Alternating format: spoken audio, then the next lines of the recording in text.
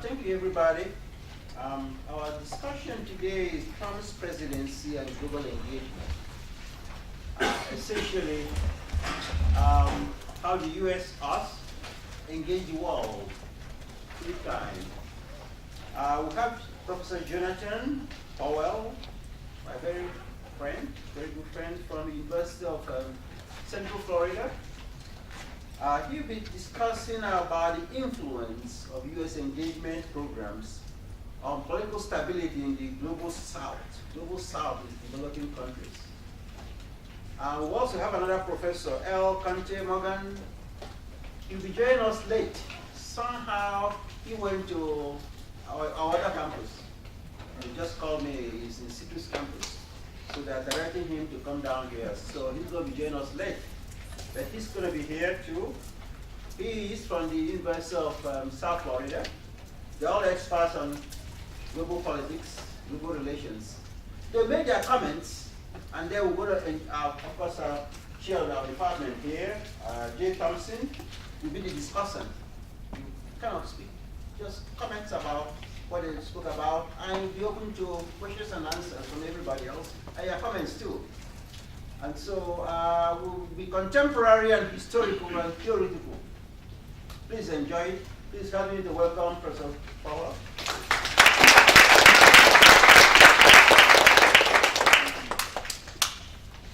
So good afternoon, everybody.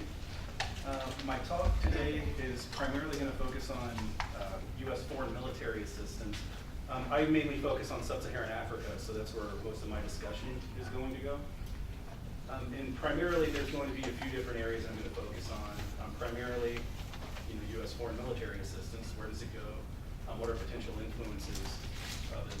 And specifically, how it's associated with things like military coups, instances in which military is overthrow the government. And then after that happens, what do countries' long-term trajectories look like? So one of the things that's really big with U.S. foreign policy these days, and especially with foreign assistance, be it economic assistance, development assistance, or even military assistance, we have these things called conditionalities, where if you want to continue to receive this stuff from us, you have to do things like improve human rights, democratize, and things like that. So, but the jury's out on how well we actually do these things. Most people have a very pessimistic view of it for some reasons that I'll get into. I'll show some data that might actually provide a little optimism, but we'll talk about that a little bit later. What I'll start with here is just this political cartoon in the upper right-hand side here, which is lampooning the Egyptian experience with coups in recent memory. And this is specifically referring to the 2013 military coup that removed Mohamed Morsi from power. And the image here in this cartoon is quite typical of what happens after military coups, where you'll usually see a high-ranking military official be marched out in front of cameras or sometimes in front of a press corps in person, and they say stuff like this. Don't think of it as a coup, think of it as a recall. They don't actually say the with guns part, but it's at least going to be implied, right? And the point of what they're doing here is really two things. First, what we see is that folks who lead coups generally try to distance themselves from that label. And the reason for that is going to be that a lot of these things that they want to continue to receive, like foreign military assistance, is specifically going to be built into legal frameworks that are going to say things like you can't have military coups and continue to get this stuff. But more generally, the second thing that these conferences are often going to accomplish is these folks are going to try to legitimize what they did. So other than just saying this wasn't a coup, they're going to specifically say this leader needed to go, and often they're going to specifically try to make it sound like it was perfectly legal. Now the reasons for that is because they're trying to communicate with specific actors, either internally or what we'll be talking about today externally, where they're trying to communicate that we're still doing what you want us to do, even if we did have some sort of really bad episode. Now this sort of rhetoric isn't new, and I'll go through some maybe obscure to many of you all, but some notorious historical examples of, for folks that study these sorts of things. But this sort of rhetoric is really common. So Joseph Mobutu, in 1960, after he quote-unquote neutralized Congolese Prime Minister Patrice Lumumba, he famously stated, this is not a military coup d'etat, but a peaceful revolution. No soldier will be in power. Well, Mobutu ended up ruling for over 30 years before he was ousted in the Civil War.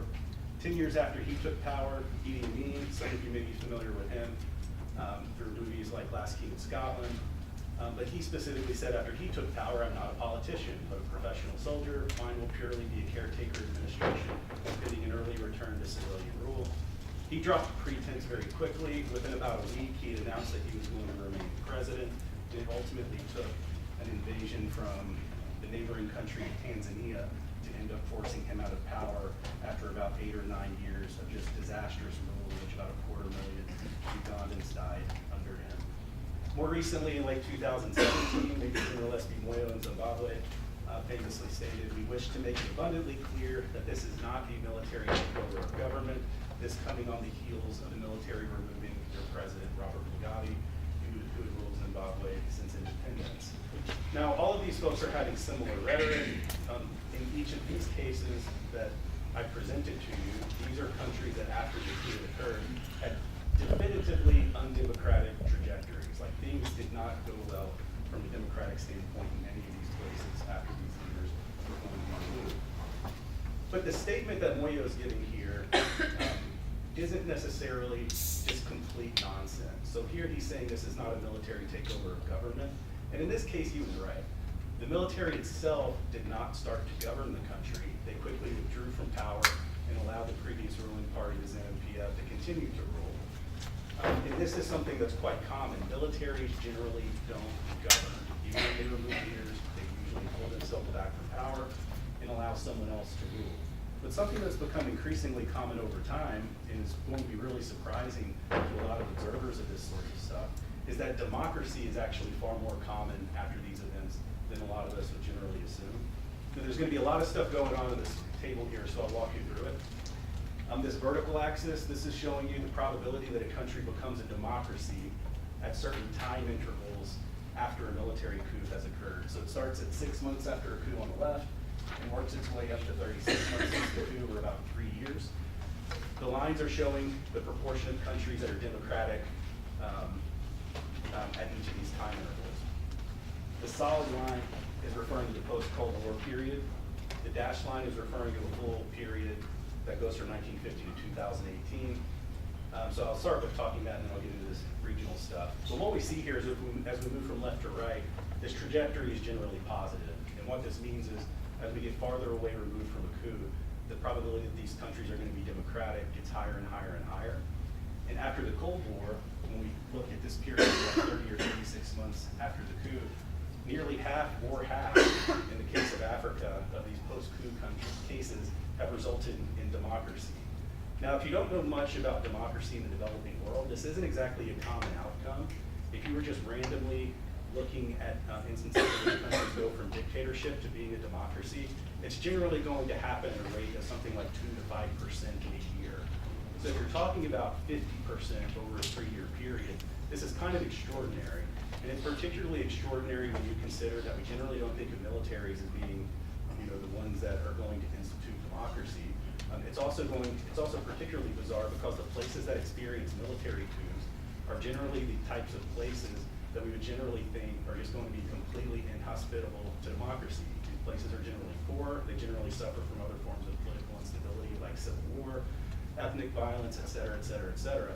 So the fact that these countries are democratizing is very, very, very strange. So, for me as a social scientist, one of the things that you want to do is try to figure out why these sorts of puzzling trends might be present. Now, another thing that I did here is that I broke this sample down into 2 different categories. The red line is referring to global, the whole world that's showing you what the data looks like. The blue line is just showing you data for Africa. And you'll see that these trends are going to be basically identical. The reason why I broke this up is this is kind of preempting a question that's very common in these sorts of presentations. I constantly get asked, okay, is this just driven by Africa, or is Africa exceptional in this sense, or something like that? And one of the things that I wanted to illustrate here is that whether you're looking at Africa or the world more generally, it's basically identical. And once you control for a bunch of different factors like level of economic development and other things, there's not really much in what we might refer to as African exceptionalism. Most countries generally behave the same regardless of what region you're in, once you control for a variety of other factors. So since the end of the Cold War, the country has a military coup. After about 3 years, it's basically a coin flip as to whether or not political scientists might consider the place to be a democracy. which again is going to be really high. And there's this question, why? Like why would we expect countries actually to do this? So this is kind of a question that I'll use as a starting point, why democratize, or more generally, why do military pull themselves back out of power? And as a starting point, I'll mention your own professor's work on this from over 20 years ago, where he argues that armies lack constitutional legitimacy. They must inevitably either advocate the rule or institutionalize their role within a constitutional system. Now, we usually think of dictatorships. A lot of times it's very image to get this view of really notorious totalitarian leaders who can basically rule by decree. Basically, whatever the one individual says goes. It's kind of a fanciful image. Everyone is dependent on a larger coalition of people to be able to govern. And ultimately, outside of the government, these folks that rule are going to be reliant on others to support them, either their own citizens inside their own country or other foreign actors outside of their own country. And ultimately, they need to be viewed as legitimate, and legitimate meaning folks agree that these are the folks that should have the authority to be able to govern. So beyond just basic legitimacy, Marinaud and Gomans have more recently argued that aid conditionality is going to be really important. And what they argue is if a country is dependent on foreign assistance, and they have a coup and assistance gets cut off, the international community is going to have a lot more leverage to be able to influence their post-coup trajectory. So in this case, the idea is that the international community, and specifically Western democratic actors, if they want to see countries democratize, coups become a window of opportunity where they can exert leverage on these countries. And even though it might be the military ruling in place at the time, they can influence these folks to allow free and fair elections to be held, and we end up seeing a higher likelihood of credible results occurring. And ultimately, this is what they end up finding. Now, but there is this obvious question, like, how does military aid fit into this? On the one hand, the same conditionalities that are built into more general economic aid, we have these same conditionalities for military assistance. So the United States, in the law, is required to cut off foreign military assistance if a country has a military coup or has other sorts of things happen. But the question is, do we think that this might actually help promote democratization? And perhaps unsurprisingly, folks are generally skeptical of this sort of thing. So some older studies I've got listed up here, there's this idea that arms transfers themselves is basically transferring to countries the tools of oppression. And if the United States is providing equipment and arms to militaries in the global south, then those leaders might be able to use this stuff to basically ensconce themselves as dictators and to repress their own people. More recently, these guys, Savage and Kimberly, they look at foreign military training. So they're actually looking at instances in which the United States trains foreign soldiers. And what they argue is that when we train soldiers, these soldiers go home better equipped to be able to target their civilian governments and will be more effective in removing their own governments. So here we have, kind of competing hypotheses, where we think conditionality might be important, but at the same time, the actual purpose of these programs might run counter to any sort of democratizing influence that something like aid conditionality might institute. So a question that I have is, can these things be reconciled, or more generally, can we figure out what the influence is actually looking like in the world?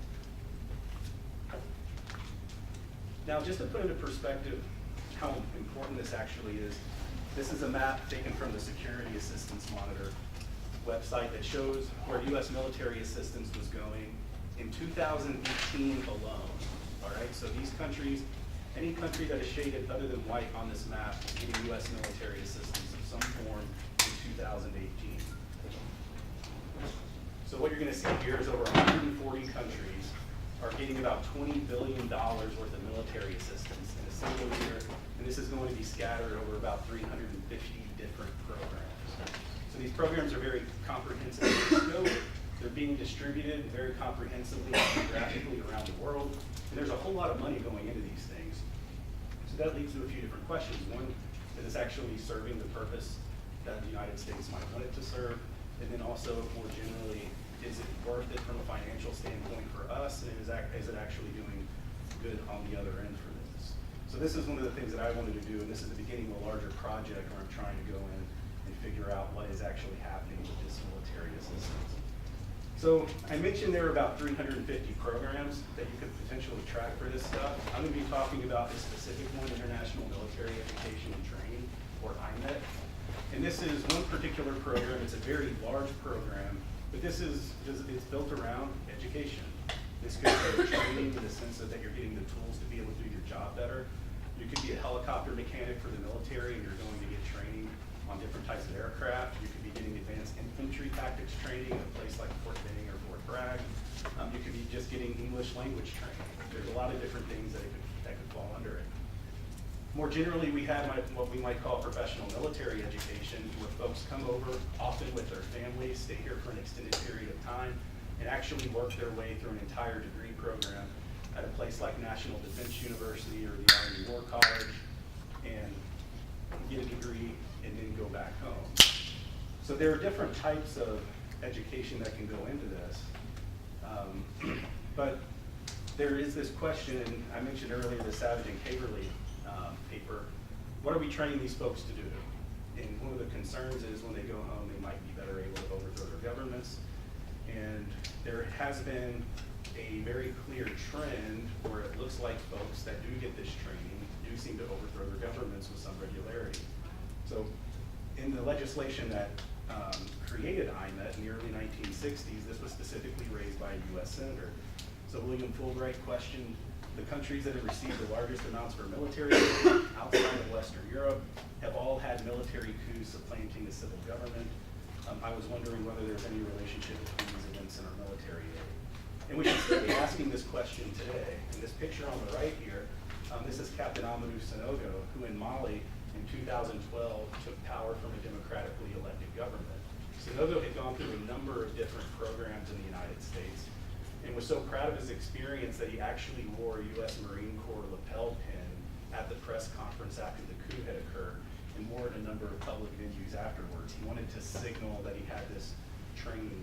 He was very proud of it, and it signified to soldiers around him that he was someone who was pretty important and potentially worth listening to. A few years after him, a different individual here on the bottom, Lieutenant Colonel Isaac Zita, at the time he was the deputy commander of Burkina Faso's Presidential Guard. He took power from their government when they were facing mass protests in 2014. Now, he was also trained right here in the Sunshine State. He got some training over at MacDill Air Force Base, I think on 2 different occasions. So they show a similar trend in that they received U.S. training, but these folks also show different trajectories after the coup had occurred.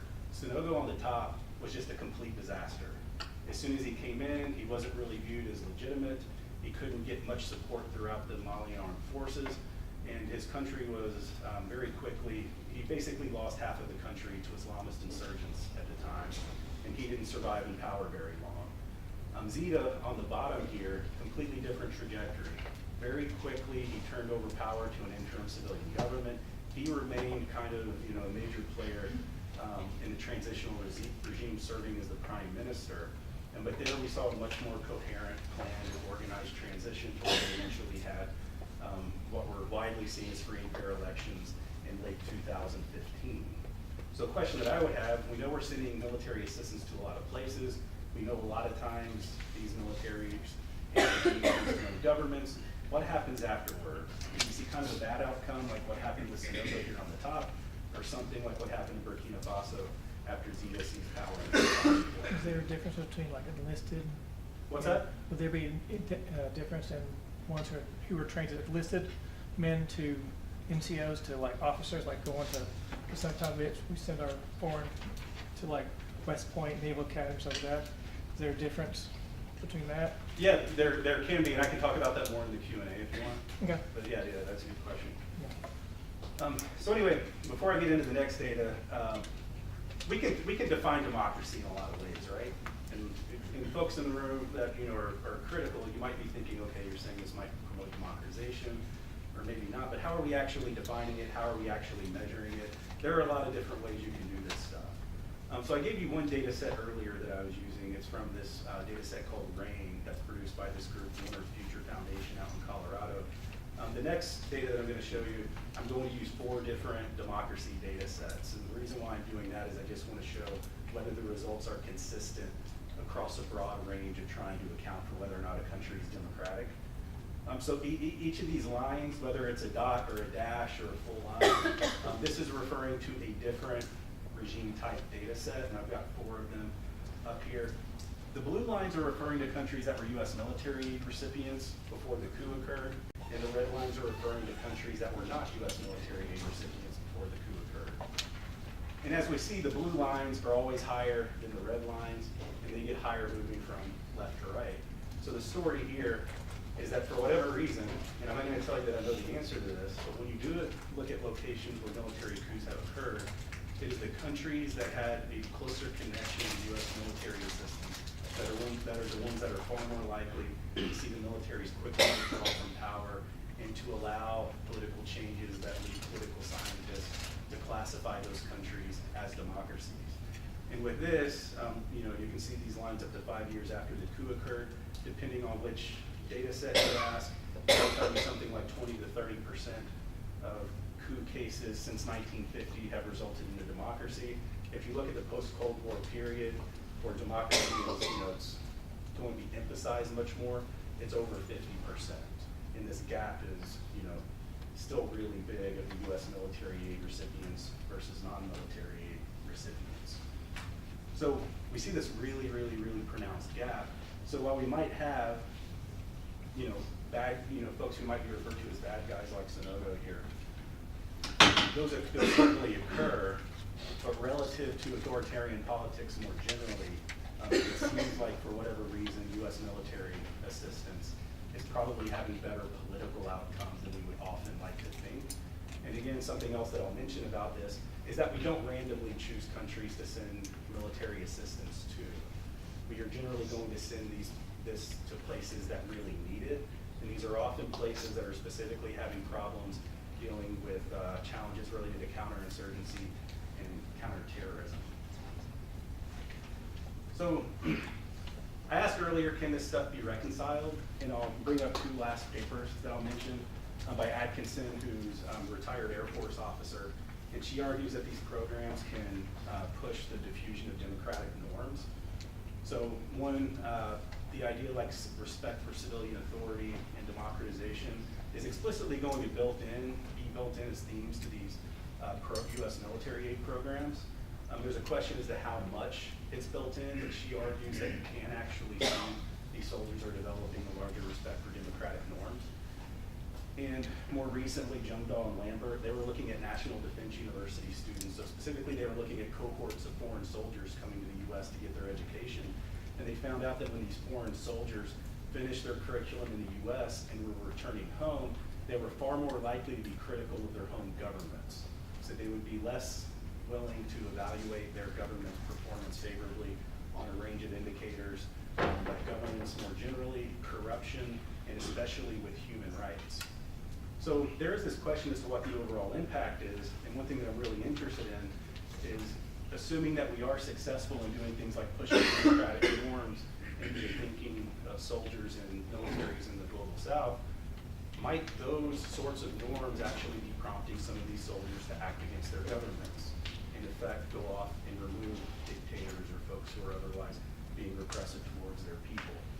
Don't know the answer yet, but it is something that I think folks are going to continue to ask in the near future.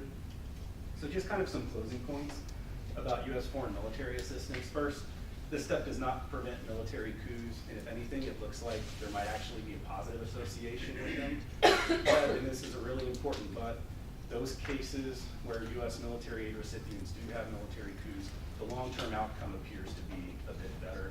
I showed you information on democratization.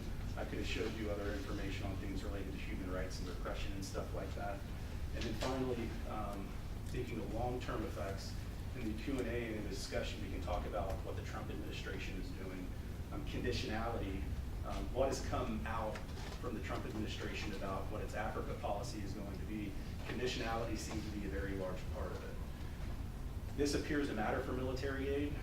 One concern that I would have is that when we're thinking about democratization, there is this trend where flawed elections seem to be okay. I'm showing you democratization data from political scientists who ask about a range of different indicators to classify a country as democratic or not democratic. The US government appears to just basically be looking at, was there an election and was it just remotely passable? You know, not necessarily free and fair, but just, is there any way we can start sending these, is there any way we can review these programs? Even to the point where we're signing off on instances where the guy that led the military coup later stands for an election, wins the election with something like 96% of the vote, and it gets the stamp of approval from the US State Department, and the foreign aid can start to act. Anyway, I'll stop there, and I'd be happy to answer any questions. Do we vote now, or do we wait for you? All right.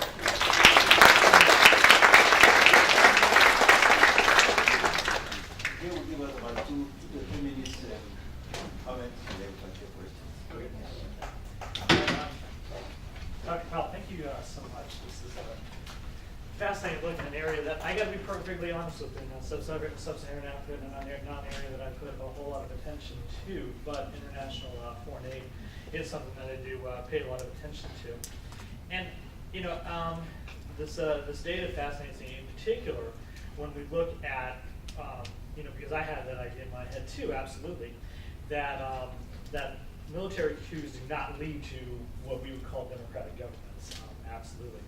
But you know, this data is obviously indicating something very different. That fascinates me a lot.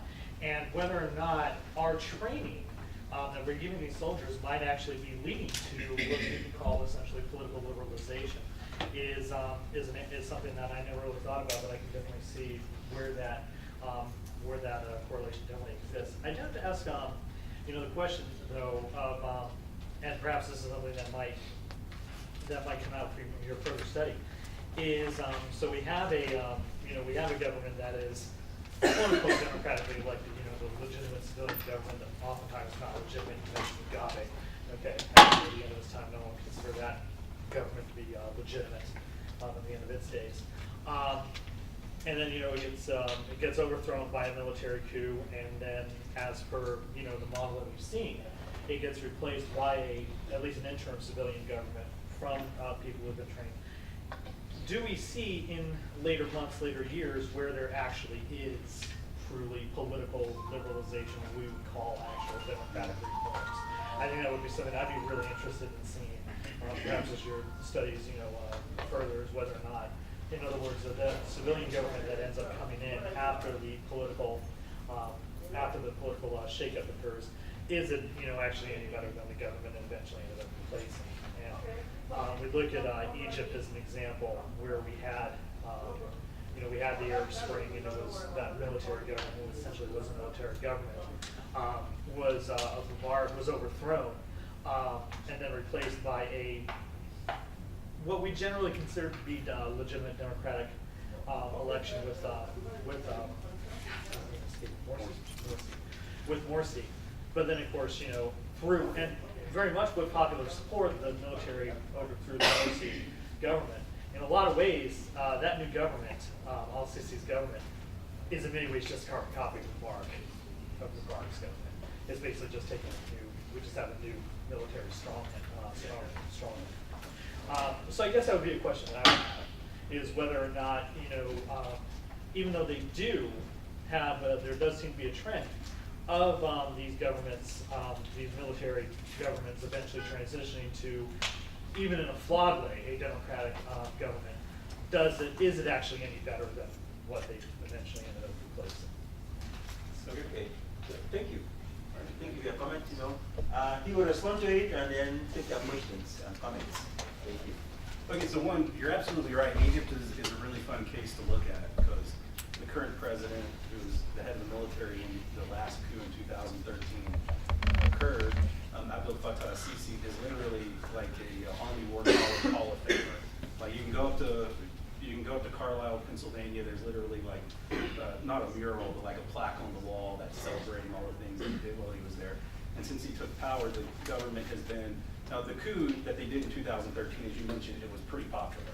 Right. Like the masses liked it. Things did not work out very well. In a lot of ways, you mentioned that it's kind of copy and paste Mubarak. In some ways, it's actually a lot worse, because there are some things that with freedoms that they're actually rolling back a bit more. a few things to be said about that. One, Egypt is a very bizarre case for a variety of different reasons. They're fun to look at because they get something like $1 billion a year from the U.S. They're one of the largest recipients. Yeah, behind Israel, and depending on how you're counting the money going into Afghanistan. So it's a really fun one to look at, but it's kind of an extraordinary case, like the geographic location. It's important to the war on terror. It's important to Israel and then having a peace treaty with Israel. There are a lot of things where they get kind of a free pass on some of this stuff. Because that whole peace treaty is dependent upon our continued military aid. Yeah. We're really willing to stretch the definition of what's Yeah, included. in this region, in Mauritania, in West Africa, had a similar thing where they had a coup, get rid of a military dictator. They had a free and fair elected president. Within 2 years, that free and fair elected president got overthrown by the military again. And then the guy that overthrew the government won the election, and the military aid started coming back. First thing he did when he announced the coup was literally the first thing is we're going to continue our diplomatic support of Israel, because this is what the U.S. wants to see, right? But you know, in defense of the Egypt situation, like if you look at the Arab Spring, so moving back to 2011, if you look at the primary cases, the countries that were receiving the U.S. military assistance worked out far better than the ones that weren't. So like Tunisia and Egypt, these were the countries that were more intimately tied to the U.S. These were the countries that did not see, you know, like the mass gunning down. That's not to say it was peaceful. Something like 800 people got killed when the war was being over in Egypt. But relative to the places that weren't as closely tied to the U.S., like Syria and Libya, it was far, far, far better, and the soldiers showed far more restraint. But, you know, obviously not the same as democracy. But anyway, long story short, it's complicated. It's really complicated. Absolutely. Right? Egypt itself is just a supremely bizarre case, so it'd be difficult to generalize. Yeah, do you have a question? So, when you showed us the map of the world of where the military assistance is provided, and then we see that difference in those who did not receive compared to those who did, what are some of the reasons why the aid is so different in the different countries? Is it that they are amenable to democratizing, or is it, you know, so how is that determination made? I mean, I know it's a very complex answer, but So in general. primarily it's going to come down to security interests, both on the other side and on our side. So for example, if you look at the map here, the countries that are going to be more darkly shaded, these are the countries that are getting the most U.S. military assistance. In the Middle East, you know, like right up there in the middle of the map, Egypt in the far top right corner of Africa, and those countries in the Middle East next to it, like Jordan, Israel, Iraq. Those countries are getting a lot because of very important U.S. security interests in the region. If you go farther south and look at East Africa, specifically Uganda, Kenya, Somalia, these places are getting a lot of U.S. military assistance for a variety of different reasons, mainly having to do with counterterrorism, counterinsurgency, however you want to define what's going on with the Al-Shabaab rebel group in Somalia, and more general efforts to try to promote stability in these places. Those are going to be the driving forces in those regions. The big dark spot in South Asia, you see Afghanistan there. Obviously, there's a very large stabilization force that the U.S. is putting the bill for. If you go to the top of the map, the really dark splotch in Eastern Europe, Ukraine, obviously a lot of problems going on there with civil war and continued friction with Russia, so that's going to be very important for U.S. interests. So usually it's a combination where the country has a dire need for security assistance, and it's also in the interest of the United States to provide it to them. So a lot of the countries on here are this really, you know, like light greenish category. That's not necessarily going to be a whole lot of money. So we send it to a lot of places. Most of these areas don't necessarily get really large amounts of it. So that is going to be one that's going to be important. But does that answer your question? Yes, I mean, I'm also looking like at, in North America, you know, and I know that's not your area of expertise, but I know that, you know, could also probably speak to what's happening. In Mexico? Yeah. Yeah, so in Mexico, it's military assistance, and then more generally what we refer to as security assistance, like training federal police forces. That's where a lot of the money is going. And also arms, paying and directly providing arms for the Mexican military.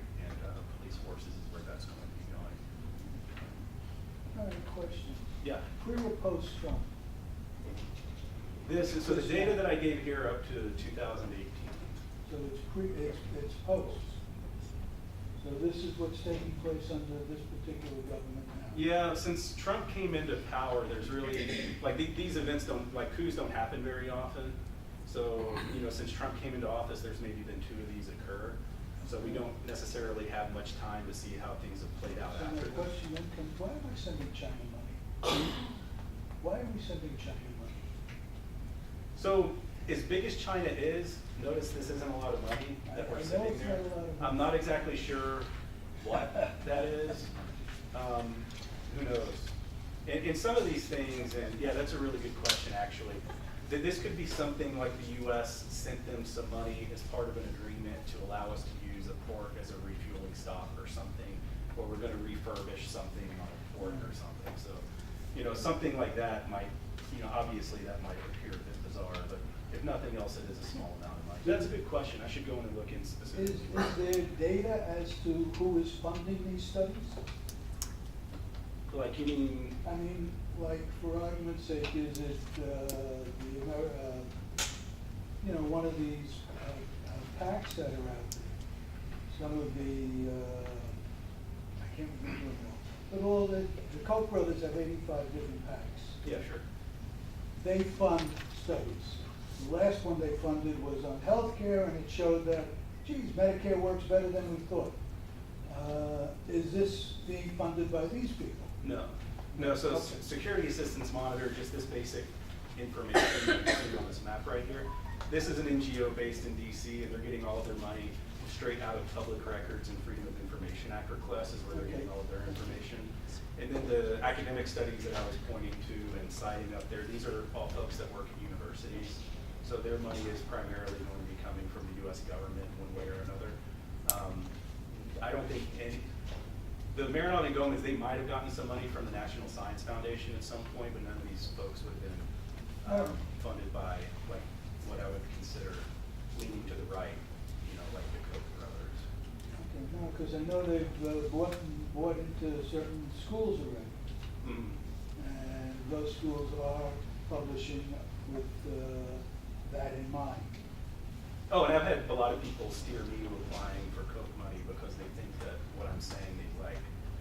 So, Yeah. so I don't know.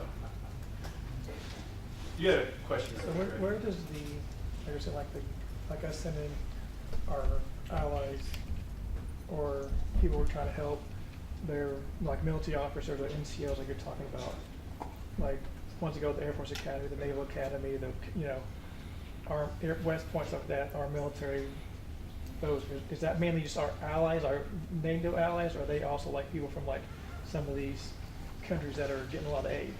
Where does that fall in that? And if that, No, we take them from everywhere. Like I was at West Point like a year and a half ago and had dinner one night. And when I went out to dinner, there were cadets. There was a cadet from Rwanda and a cadet from Chad. I mean, the cadet from Chad is the son of the president. You know, they're like a definitively undemocratic country, don't necessarily, you know, fall in line with U.S. foreign policy interests. But, you know, they're there. so would that kind of go into the, like, the whole thing you said about the coup stuff? Like, you think it's like for those guys, like from there, they go back because they realize after being here, even though we've got our own corruption, but they realize, you know, or whatever you want to say, it's more corrupt there. Like, whoa, we need to try and do something that's to rid some of our, like, cut the cancer out to get to the, treating our people better. I think they're more aware of problems that their governments have. I still have questions as to whether or not that leads them to actually go out and overthrow their governments. Like I've had conversations with like a variety of people that went through these programs from either like even Eastern Europe, where the idea of something like a military coup just doesn't really enter the equation at all. And I've had them specifically tell me that this crossed their mind. You know, like they realize that how poorly their military is run, how poorly their government's run, and it does cross their mind, like, well, could we do something about this?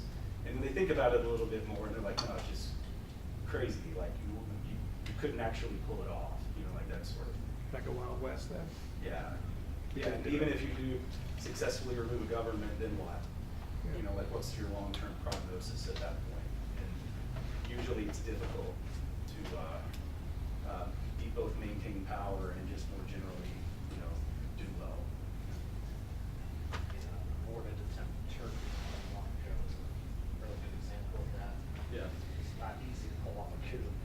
Yeah, and then, so in Turkey, you all might have seen in the news a few years ago, there was a pretty wide-ranging and perhaps really well-planned attempt. It looked kind of scatterbrained the way that it played out because the plot got discovered by the government before it was go time, and then some of the guys still went, but they went really early, and it just didn't work out well. And the aftermath was unbelievable. Literally tens of thousands of people arrested. They, you know, rounded up basically everybody. But when that event started happening, like, you know, I'm one of these people that if something's happening, if there's some funny business going on in some country, there's like these huge texting networks, and everyone's like, what's that, you know, what's going on? What do you think's going on there? They were saying Turkey, and I was like, if this happened in Turkey, I don't know what they're thinking because I don't understand how they expect to govern. Because like, even if they overthrew the government, like, and I won't get into a big discussion of like the current Turkish political system, but their leader had stuffed like every level of the federal and local bureaucracies with like his own political cronies. So even if you replace him, now what? You know, like imagine the U.S. where we have like federalism, right? You know, you might take over the U.S. Capitol, but that doesn't mean you're running the country. And so it was something like that where I was just like, what are they thinking? I don't know what they were thinking. The old Turkey, but the military still controlled. It's not the case. Any other questions?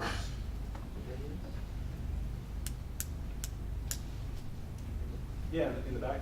How would a coup be successful? How would it be successful? So the vast majority of the time, you're not going to attempt one unless you're damn certain it's going to succeed. Right? So if you look at the data, like once they hit the stage where they're actually being attempted, like you see the movement of soldiers and tanks and stuff like that, they've got a 50-50 chance of basically succeeding in overthrowing the government. But keep in mind, those are the best case scenarios. Like these are the situations with which the soldiers are like, okay, we can pull this off. So you have to have, you know, you probably have to have some stupidity, but you got to have a whole lot of confidence in what you're doing. So basically, you need to make sure the conditions are right across a wide range of indicators. Usually, there's got to be something that shows that the government really isn't legitimate or probably shouldn't be governing. You know, and it could be the case if they're a repressive dictator. What's very common is if there's really bad economic stagnation and they can't get the economy on track. Aside from domestic folks suffering at multiple socioeconomic levels, a lot of times foreign actors will be more likely to endorse getting rid of the person as well. But beyond that, you have to know that you have support throughout the, you know, like in multiple aspects or multiple branches of the armed forces. So coup plots, they're conspiracies. They're really small conspiracies where you don't want very many people to know about them, because otherwise you tell the wrong person, they snitch, next thing you know you're in jail or dead, or best case scenario exile or something like that, right? So it has to start off really small, and it's only when you're really confident that you're going to have support really throughout the armed forces that you get to the point to where you're actually going to attempt it.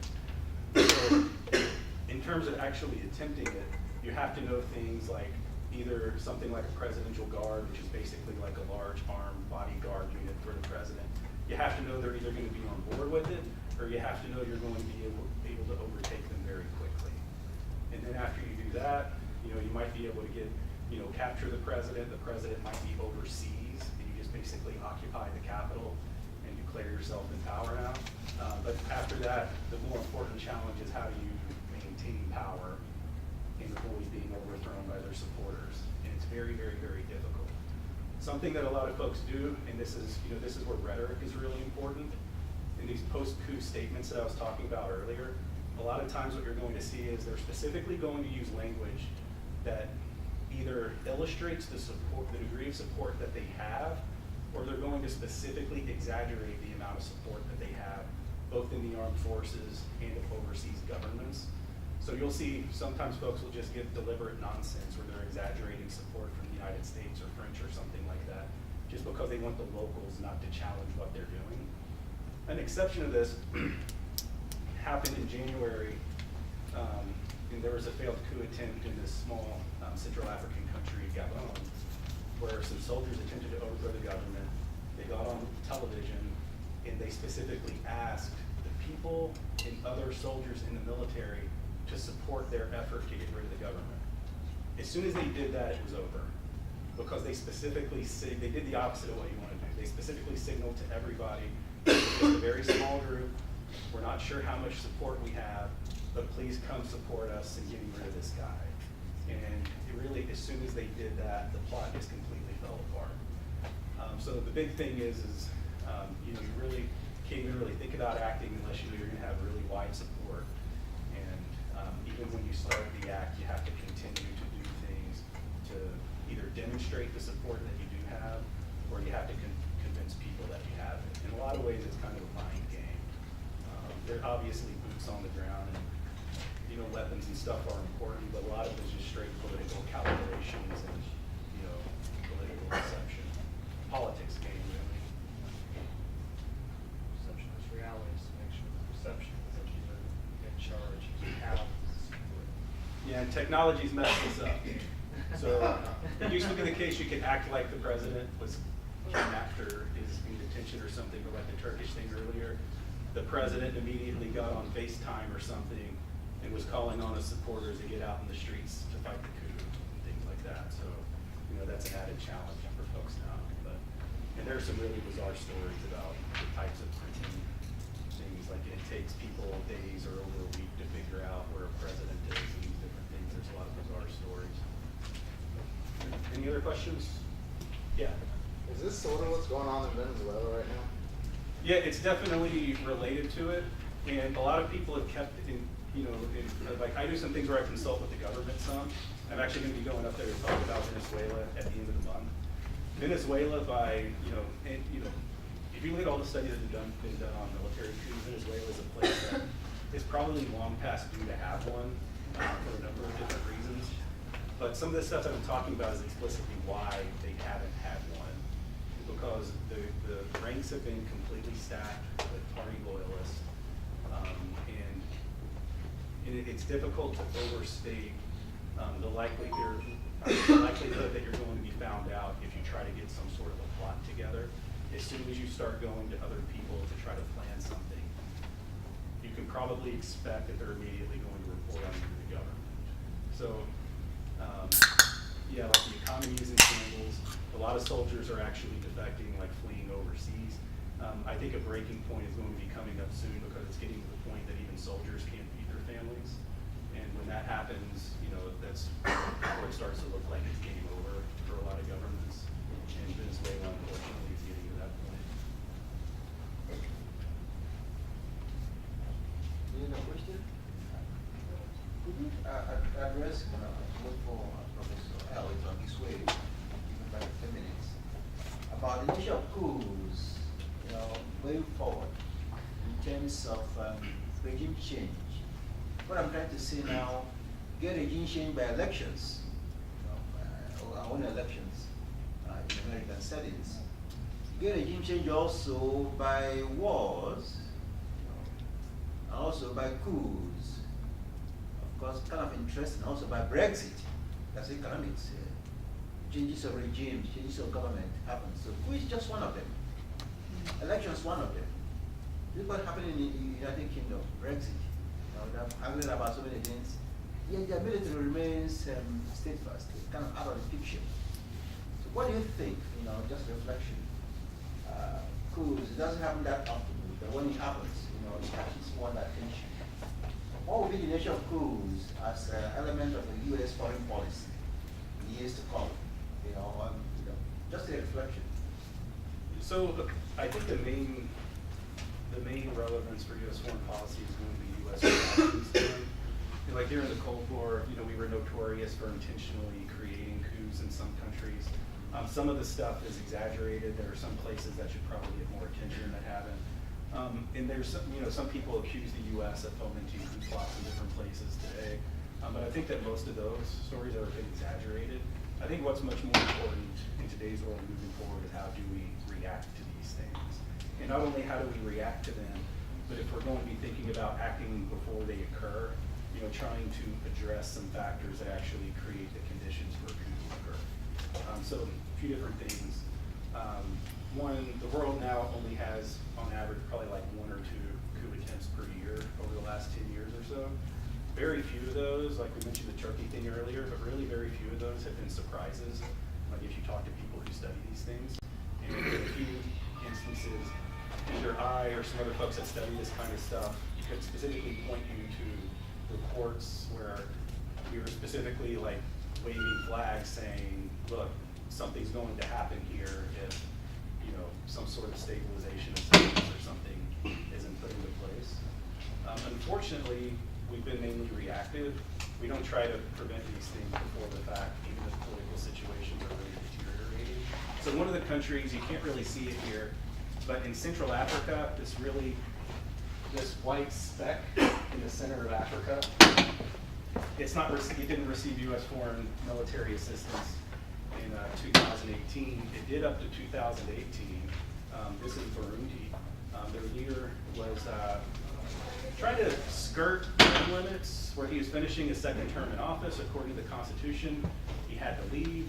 He tried to find some wiggle room where he was saying his 1st term didn't count because he wasn't elected in that election. He was appointed by the parliament in that election, so he should get another term in office. Protesters came out against his government. A lot of protesters started to get killed. Eventually, the military attempted to overthrow the government.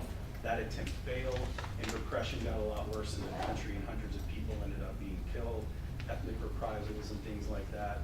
And since then, the situation with the military has been particularly bad, and the U.S. has cut off military assistance because of repression there. But really, all the bad things that have occurred there in the last 3 or 4 years, most of it could have easily been avoided if the international community would have preemptively used leverage. You see how small this speck is on the map? This is a country that's very small. It's not very powerful. It's very foreign aid dependent traditionally. And this is a place where the international community probably could have been able to use some leverage to go in and specifically pressure the guy to step down from power and not risk worsening really what was a powder keg, in terms of the political challenges that they had there.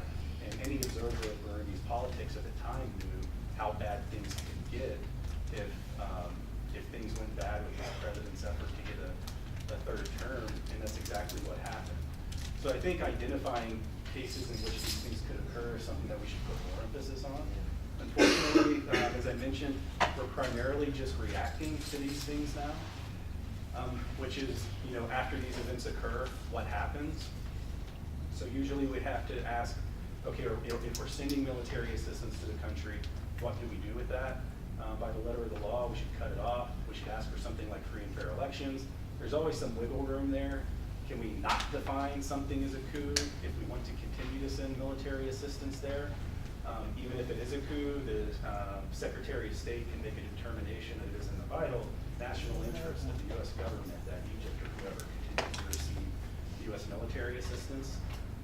We have those sorts of questions, but even if countries don't currently receive U.S. military assistance or receive very low levels of it, we can still try to use influence. And other than taking like a stick approach where you're going to be threatening sanctions, offer more cooperation in the future if we do see some sort of positive trajectory from a place.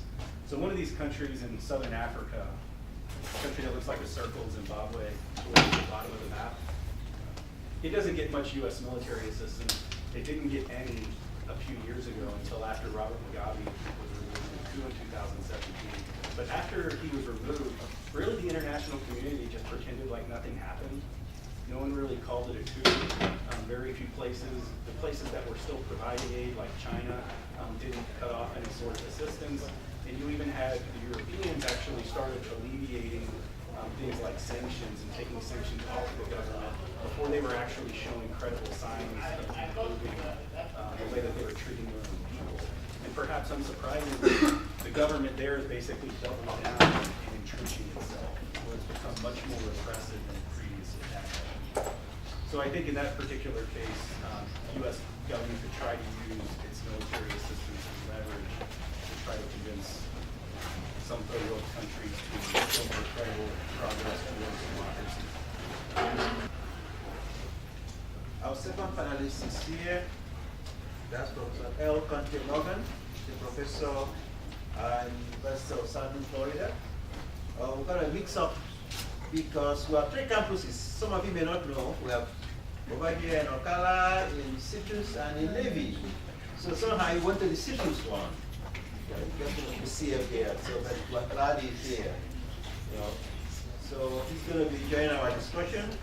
And we can also extend our discussion. So if you have to be somewhere by 1:45, you should be able to leave by 1:45. If not, you know, we can get another room to get some more talks from him. But please, have you welcome Dr. Conteh-Morgan.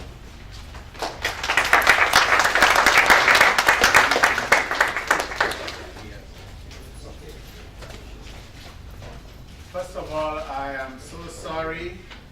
I actually went to the wrong campus. I thought that was where Dr. Nene is, so I'm sorry about that. And then we took the country road, all the lights and all the rest of that. Thank you very much for being here. I thank you very much for entertaining them while I was on my way.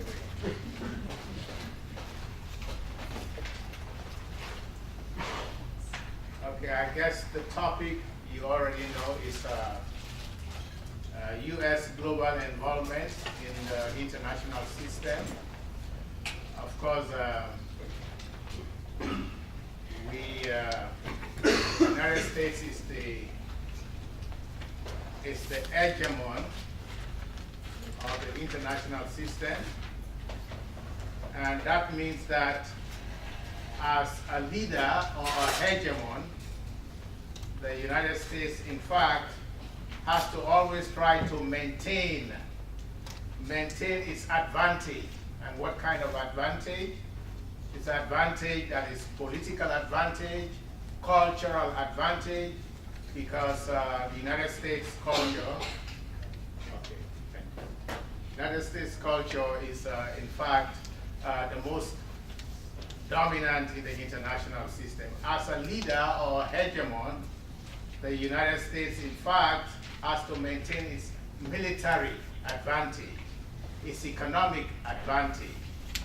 The United States tries to maintain its leadership role or hegemony because it wants to maintain its unipolarity. You could simply say its superpower status. There is, of course, debate or controversy over whether the U.S. is still a superpower or not, because the U.S. these days needs its allies. Although in the Trump presidency, Trump is trying to say, I am not a globalist. But of course, for the United States, it can no longer afford to actually conduct what they call a minimalist foreign policy. A minimalist foreign policy is actually a foreign policy that is isolationist. The U.S. can't afford to do that anymore because the U.S. has a lot of interest all over the world. The U.S. is like what? I used to say in class, like an octopus with so many arms, and it grabs you by the throat and tries to get you to do things. The U.S. also has certain obligations such as spreading democracy in the world. And this goes as far back as the time of President Woodrow Wilson. That's what they call Wilsonianism in American foreign policy. And of course, more recently, in the 90s, we have the Clinton Doctrine. Clinton Doctrine trying to enlarge markets and democracies.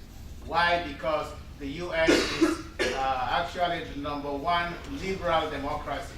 So it tries to create a favorable world for democracy to, in fact, grow. Since the founding of the nation in 1776, the U.S. has alternated between what is referred to as introversion, looking inwards, and then looking outward, extroversion. In fact, Frank Klingberg has a whole series on years that make up introversion. So almost like a 25-year span, 30-year span, then extroversion, and so on. But then came Pearl Harbor. Pearl Harbor was an attack on the homeland. Why, right? And then, of course, there was the attack during 9/11. Then the U.S. became a very globalist nation state. No more introversion, now it's extroversion. So, therefore, we have certain assumptions when we analyze American foreign policy. And what are these assumptions? The U.S. has global obligations, obligation to spread liberal democracy everywhere, obligation to ensure a universal human rights conduct for all nations.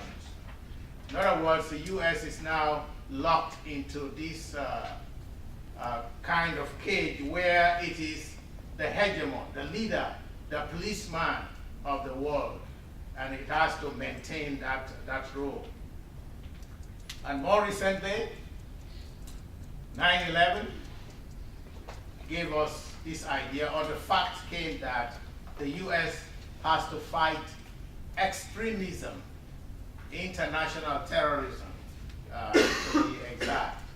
And so the U.S. is therefore engaged in many parts of the world, especially in Africa these days, to try to contain radical extremism or violent extremism.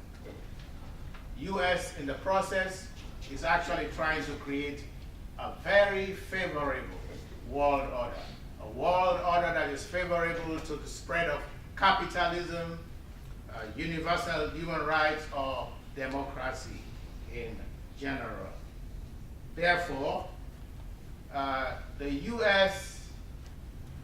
foreign policy during the Trump administration is very much engaged in, for instance, to be specific, engaged in Africa. And so we are going to look at my case study is Africa, or we can of course go to other parts of the world where the U.S. is especially militarily engaged. Why is the U.S. in Africa? Even the Trump administration is still in Africa, and it's not actually pulling out in a very, very radical way. Why? To combat extremism.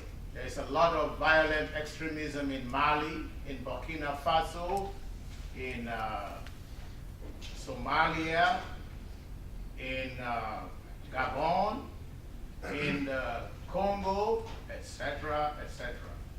So what the U.S. has done is to basically create these zones where there are drones. It's like a hub. What is it? A bike has like a center, and then the spokes go outward. So the center here is Djibouti. From Djibouti, all of the mini bases and the drone centers are dispersed all over Africa. Why? To in fact collect intelligence, to surveil, to make sure that intelligence is gathered in order to contain radical jihadism or extremism. There are lots of mini bases in many, many African countries.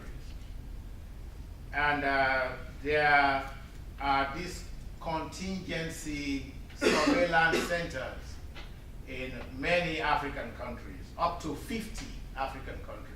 The U.S. is engaged in joint military training with a lot of African countries. Therefore, the U.S. is really heavily engaged not just in sub-Saharan Africa, but even in North Africa, because of radicalism that is, in fact, taking place in many parts of Africa. And that, of course, has a lot to do with protecting the national interests of the United States. The purpose is to gather intelligence, to surveil, to do reconnaissance operations. So what is happening in Africa vis-a-vis US foreign policy is a process of militarization and securitization. In fact, I just returned from a conference in Toronto where I presented a paper on militarization and securitization by China and the United States in Africa. Of course, China is heavily focused on economic investments, and therefore China has to protect its interests in Africa. The US doesn't want to cede any ground to China, so the US decides to maintain a military presence. I'll get to that in a few minutes. But in Africa, there are offshoots of Al-Qaeda, there are offshoots of Al-Shabaab or ISIS, and so on. There are many of them operating, especially in Mali, in Burkina Faso, in Niger, in Chad, the area they call the Sahel. They operate in Nigeria, and we know of Boko Haram. That is, if we are watching the news, you know, we'll hear about Boko Haram, kidnapping school children and all the rest of that. And a lot of those, they pay allegiance to ISIS and other radical groups. There are many troops, US troops in Africa. And a lot of them are engaged in active combat operations with African militaries. So there is a lot of training going on, a lot of joint military exercises, and a lot of even attacks, combined attacks by the US military and African militaries against suspected terrorist groups.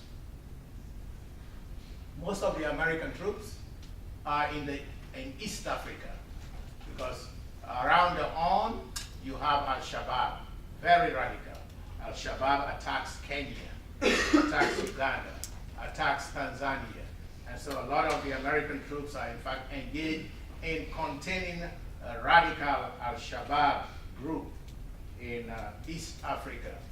And there are lots of troops in Uganda, especially, to try to contain extremism, but also to try to flush out radical extremist internal groups within Africa who want to overthrow regimes that are friendly, that are pro-American, such as the search for Joseph Kony.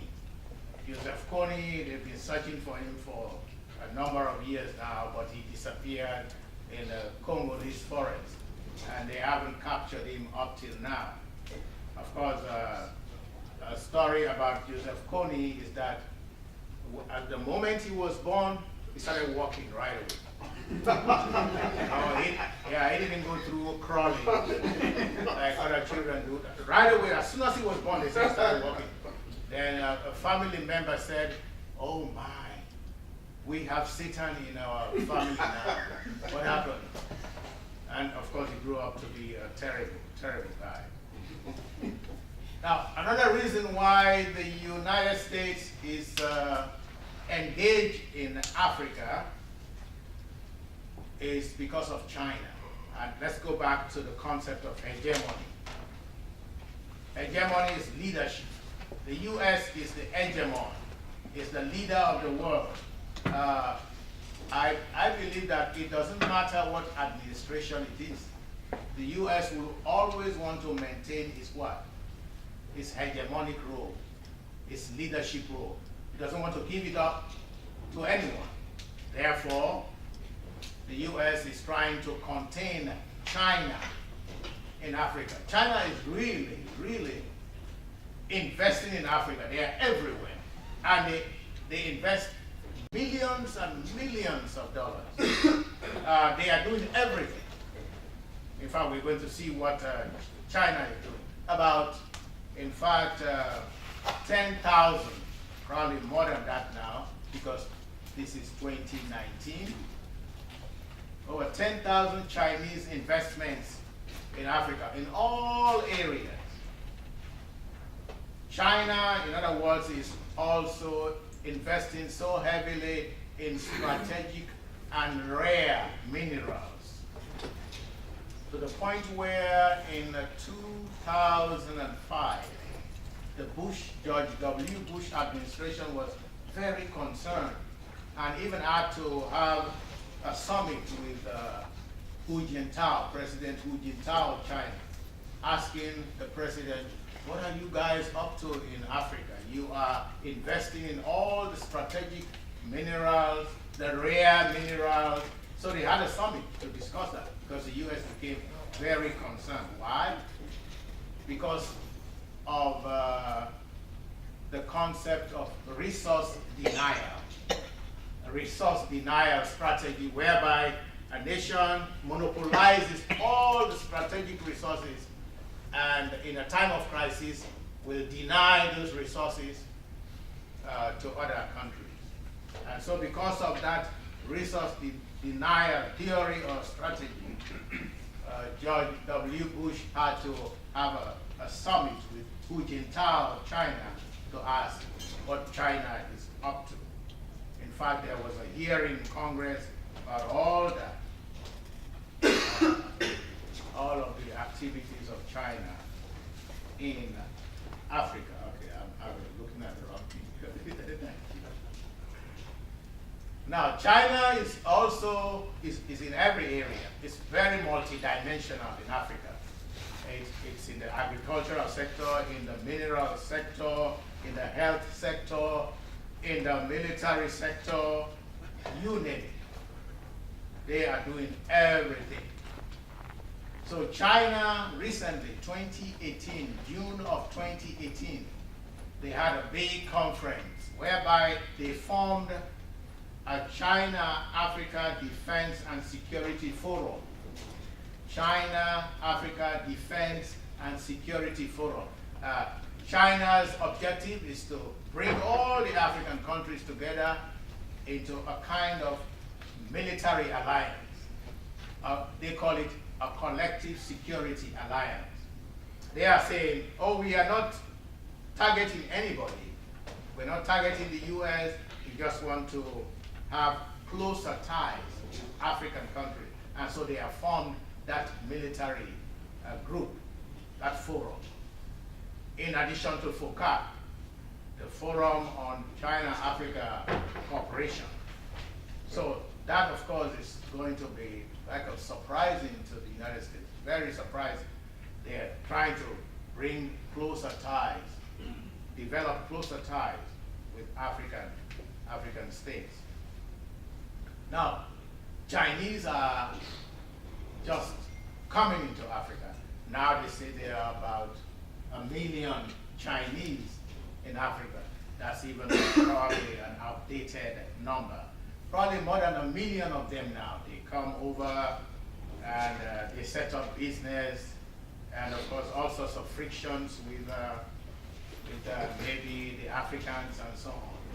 China never used to deploy combat troops, but all of a sudden China decided to deploy combat troops to Mali. Then everybody was surprised. What? China has a non-interference policy. Don't interfere in anybody's business. So China, therefore, is not good for democracy in Africa, because China doesn't care about corrupt leaders. All it cares about is investment, business. They say, we don't mix business with politics. Politics is one thing, we don't interfere. And of course, that's taking a jab at the United States. say United States interferes a lot. We just come to do business. That's all we're concerned about. We don't care whether you are corrupt. We don't care whether you steal all the money. We don't care whether you kill all your people. We just want to do what? Business. And so China, therefore, developed strong ties with the African Union, the AU. Gives the AU lots of money. Then China sells a lot of weapons. And the weapons fall into the category of SALWs, small arms, light weapons. Those are weapons that are very easy to use. You don't have to go through a elaborate training to use them. So China sells these weapons. They are affordable, they are accessible, and they are implicated in many of the conflicts in Africa. I hope I'm not reading propaganda here, but Human Rights Watch, ICG, and other organizations that do research on Africa, they come up with that evidence. So I'm not like trying to, make myself look good too. So, but there is this hegemonic anxiety by the United States vis-a-vis China. In fact, it is expressed in a national security strategy of the U.S. 2017. December 2017, the then Defense Secretary, was it Mattis? Yeah, he came up, or National Security Advisor, he came up with a national security strategy. And he emphasized China first, that China is the big threat to the United States in Africa. So therefore, there is this anxiety about this new power that is rising and rising. Now, if the new power is rising in a continent that is so rich with minerals, the hegemon, the leader now is not going to withdraw and say, I'm leaving it to you. No, normally it doesn't happen that way. As a new kid comes to the block, what do? The other kids what? Say, what are you doing here? Huh? And they are ready to hit the other kid on the head or something. And so the U.S. is very, very concerned about China in Africa. But, international politics is kind of surprising sometimes. Even though there is this, rivalry, strategic rivalry between the U.S. and China, which is keeping the U.S. in Africa. In fact, we all know that there's an Africa Command. There never used to be an Africa Command during the Cold War. Africa was just like a stumbling block, like an obstacle, or a basket case. But now, Africa is what? Becoming very important, not just to the US and China. It's very important to countries like Brazil, Turkey, Iran, those middle-level countries, Russia, Japan. They are all in Africa because Africa is having this growing middle class. And the African economies are growing too. They are growing very well. It may not be reflected in the distribution of wealth, but they are doing very well. Therefore, the great powers, the middle-level powers, or the emerging powers are all trying to come to Africa. Well, what is surprising is the US and China, the two biggest economies, are cooperating. They're coming together and say, look, let's have talks. So they have regular talks between them. Assistant Secretary of State talks to Vice Foreign Minister of China, and they have they have held about 7 of those talks already, so that they do not clash with one another. But they also have a common interest. What are they? They have a common interest in trying to prevent piracy or to fight piracy, because remember there was a time when, in fact, the Horn of Africa became a problem because of Somali pirates. And so China has done quite a bit to contain piracy.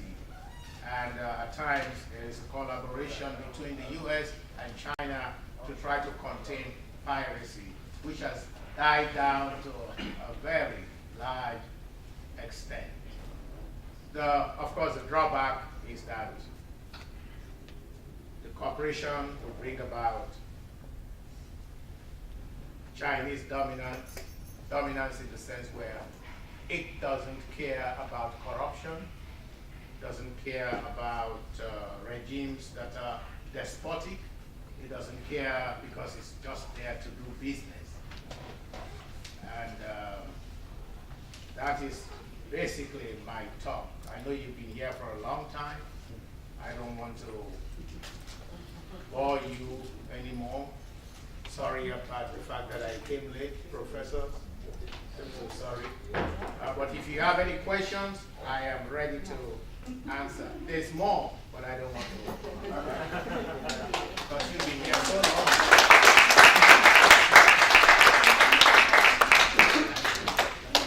Any questions? Yeah, it's so nice, you know. That's the speaker's word, my speaker. Oh, really? Oh, yeah. Nice to see you. I didn't know you were here. Yeah. If I can. Yes. Number one, so Thank you so much. Dr. Conteh-Morgan's name is actually on my thesis. He's one of my theses. Yeah. I'm curious if you could, I'm curious if you could speak to with the United States and China, of course, you mentioned powers. Are we seeing the new, essentially, the 21st century version of the scramble? Okay, that's a very good question. Are we seeing a new scramble? In fact, there are some scholars who talk about a new scramble for Africa.